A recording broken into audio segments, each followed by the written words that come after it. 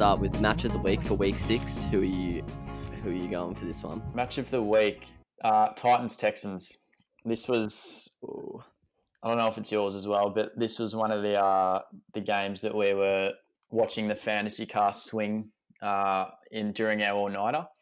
But obviously a great game. Couldn't watch it, but I mean, it was just touchdown central, 42-36 in OT. Derrick Henry kind of put the squad on his back and chucked up, I think, over 200 rushing yards and like 80 receiving yards or something, and 2 touchdowns. So, yeah, that was a good game. Yeah, absolutely killed it. Did you see when they did the toss before OT? Yeah, Watson. Yeah. he just knew that they were about to get the Derrick Henry sausage, which is what they did get. He knows how bad his defense is. But yeah, it was basically just Henry versus Watson the whole time.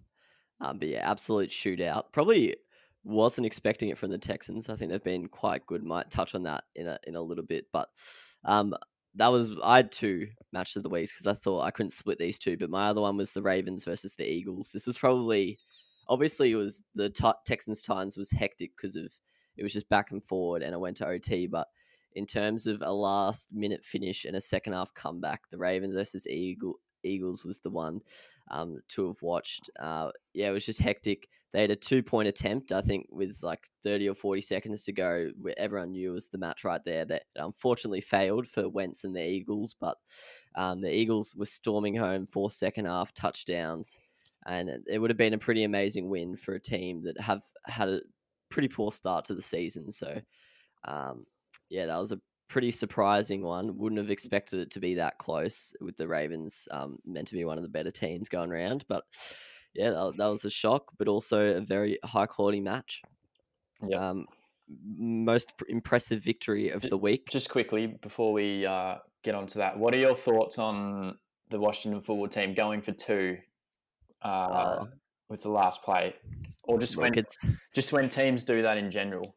It's pretty retarded. It's pretty suspect. Like, surely as a coach, you have faith in your team to get it done in overtime. Like, you have to have faith in your players as a coach. Like, I don't really get why they do that. Yeah, I reckon it's got to be. You suggested tanking. It's got to be tanking.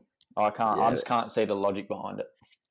Yeah, it wouldn't shock me. It's like any other sport, I would say like, nah, no way. But NFL, they legit do tank. Basketball as well. But I don't know what was going on there. Pretty strange. But the Giants, they'll take it. Yep. They'll take anything they can get at this point. But yeah, most impressive victory. Most impressive victory, I had 2 actually.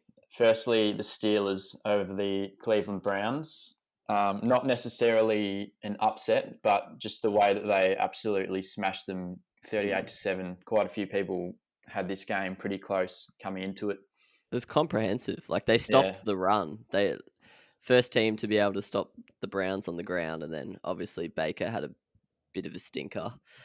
So yeah, it was very clinical. Did not look like the Browns were even close to Steelers level. But what was your other one? Yeah, the Steelers run D is absolutely nasty. The other one was kind of similar. This one, I don't know if you think this is an upset, but the the Buccaneers smashing the Packers 38-10. I didn't really see that coming. I thought Rodgers and the Packers would get up there, and the Bucs just put on a clinic, especially the defense. Yeah, this was my most disappointing loss. I was listening to a podcast and they were saying there's not really any worries here for the Packers, and to a certain extent I do agree, but losing by 28 points and they didn't really show much fight after they went down early. Like, yeah, it didn't look great, and this could be a team that they play further down the line, come January or whenever the playoffs are going to happen this season. And yeah, not good from the Packers, brilliant from the Buccaneers. Their offense wasn't even really firing that well, and they put up 38 points. Like, Brady didn't even play that well. Yeah. Ronald Jones looks very good, though, to be fair. Yeah, I know. Like, the fact that they've got Ronald Jones and then Fournette just chilling on the bench the last few weeks, like, pretty scary stuff for the rest of the NFC. I just had a few written down here. Most impressive victories. I thought the Broncos beating the Patriots in Foxborough was pretty good win. Probably wasn't expecting it.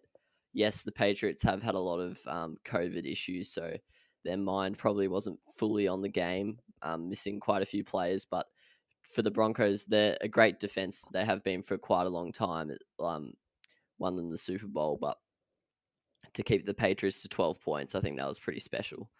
And then my other two were the 49ers beating the Rams. I don't think many people were predicting that. I think a lot of people thought the Rams were back to their 2018 ways this year, and the 49ers had kind of fallen off, but 49ers showed that they've still got it, and that NFC West is going to be a very close division this year. And then my other one, this might be a disappointing loss for you. I don't know if I'm stealing your thunder here, but the Cardinals flogging the Cowboys 38-10. It was pretty much over by quarter time, this one, so don't think many people saw that coming, even with Dalton debuting for the side. So I think there were quite a few impressive victories this week. Disappointing loss. Have I said all of yours in that little spiel there? Or yeah, well, I had the Patriots losing to the Broncos. Yeah, I mean, it could fit into either category, but yeah, I just think it would have been a pretty bad performance by the Patriots. And do you know if there was a single touchdown in that match? Like, I actually think there might not have been, because I'm pretty sure the Broncos kicker kicked 6 field goals. Really? Or maybe 4 and 1 touchdown. But I know Drew Lock, he had like 10 completions for like 100 yards or something. So I'm not surprised by that. Yeah, and I don't think Lindsay got in to the end. Yeah, Lindsay didn't get a touchdown. I don't know about the Patriots. They might have. But I'm not 100% sure there, to be honest. But either way, it's a bit of a strange game. I wonder what the weather was like. It wouldn't shock me if that was a bad weather game, because that seems like it. Do you have any others to mention? Or no, I just have that one, but definitely the Cowboys. My other one would be the Vikings losing to the Falcons. Obviously, the Falcons have had a horror start to the year. They are still a good team, love to put up points, but yeah, to lose fairly comfortably in that one. They were down by like 20 points most of the game, and then a junk time touchdown in the last like 5 minutes got it back within 20 points. I think that was pretty poor from the Vikings, and I don't think there were many, but I think if there was any, I think their playoff hopes are all but gone now. Yep, agreed. And yeah, that's pretty disappointing from the Vikings, given how they've gone the last few seasons. You reckon the Falcons could be spicy or not with the new coach? Like for the future or this season? Well, obviously they're not making the playoffs, but like, do you reckon they could like become good?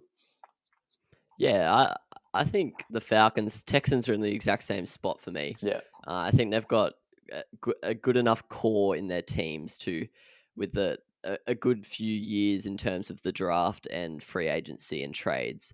And if they select the right man for the job, I can't see why they can't just bounce back straight into playoff contention. Like we've seen the Falcons this year. Yes, they were 0-5, but they did have a tough fixture at the end of the day. They played a lot of good teams and they lost in a lot of high scoring shootouts.